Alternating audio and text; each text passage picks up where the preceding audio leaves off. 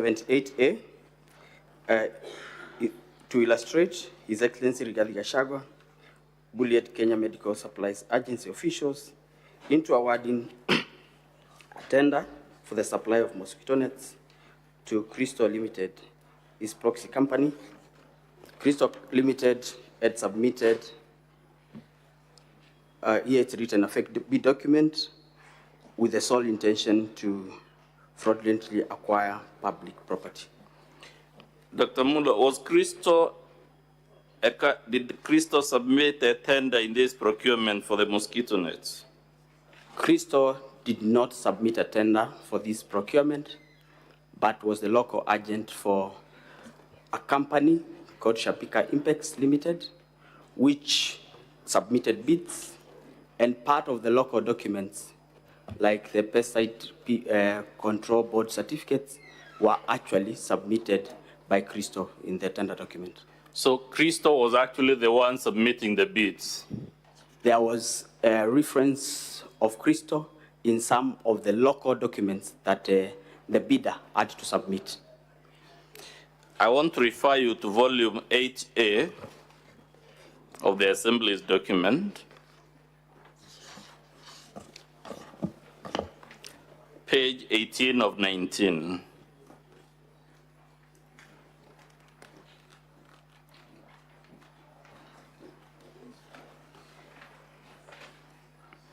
Are you there, sir?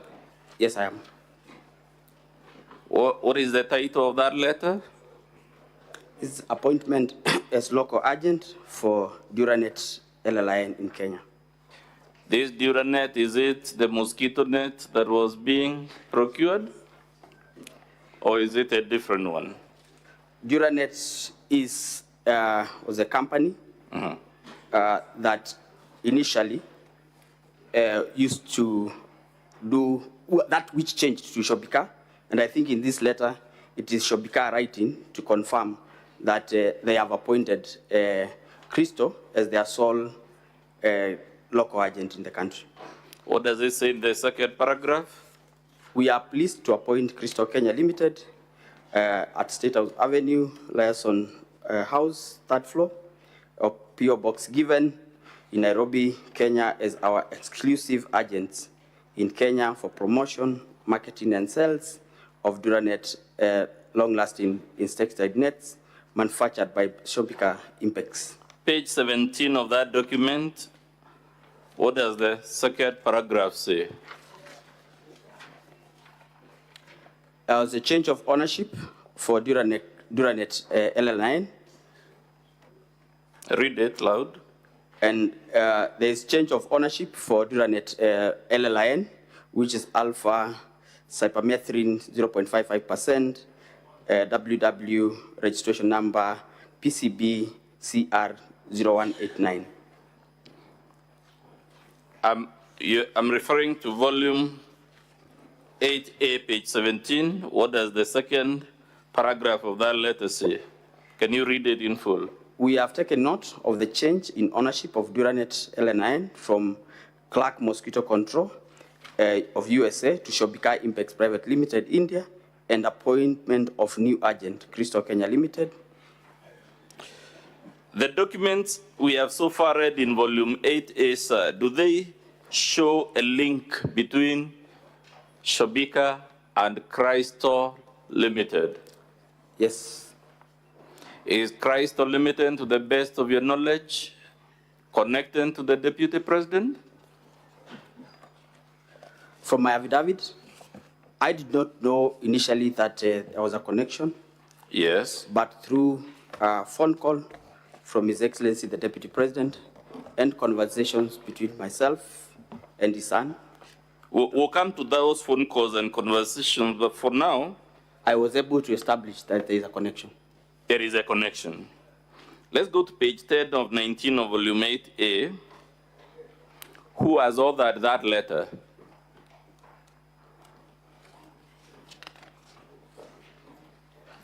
Page 10 of 19.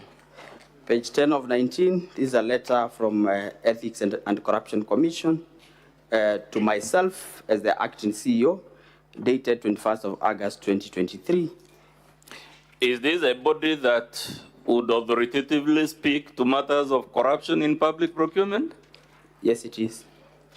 Is it authorized to investigate such matters? To the best of my knowledge, yes.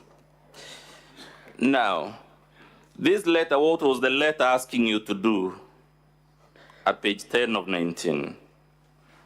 The letter was giving recommendations for administrative action against procurement officers, Cosmas Rotich, Anton Chege, and Corin Mugo, who are officers working in KEMSA and participated in the procurement of the mosquito nets.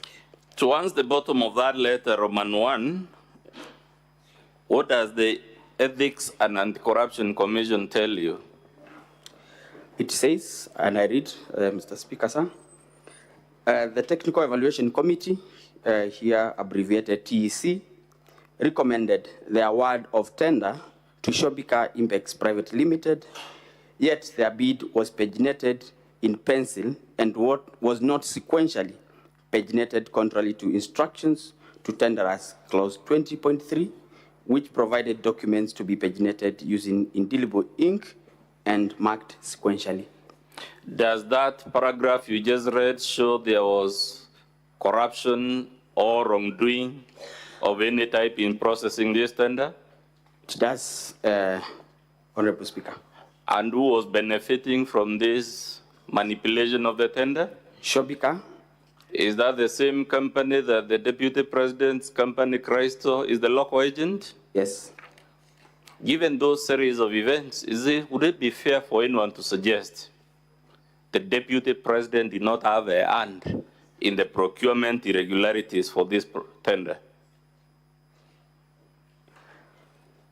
I think I would say Shobika, yes, was irregularly been recommended for award of a tender without meeting the set criteria.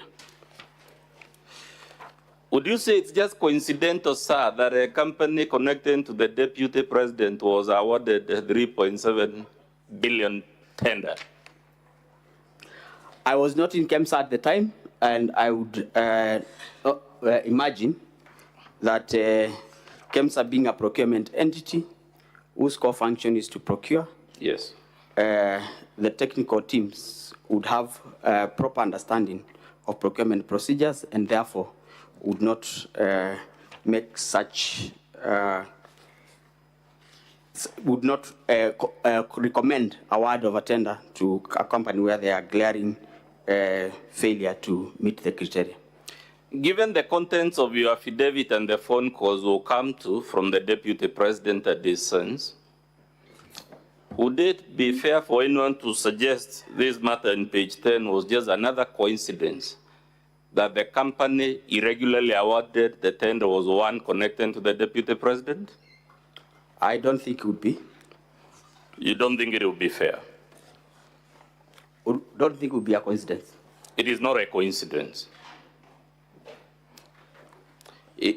In your estimation, say, would a fair-minded person faced with the facts you have so far taken as true think it was a coincidence that a company linked to the Deputy President of the Republic was irregularly awarded a tender for 3.7 billion?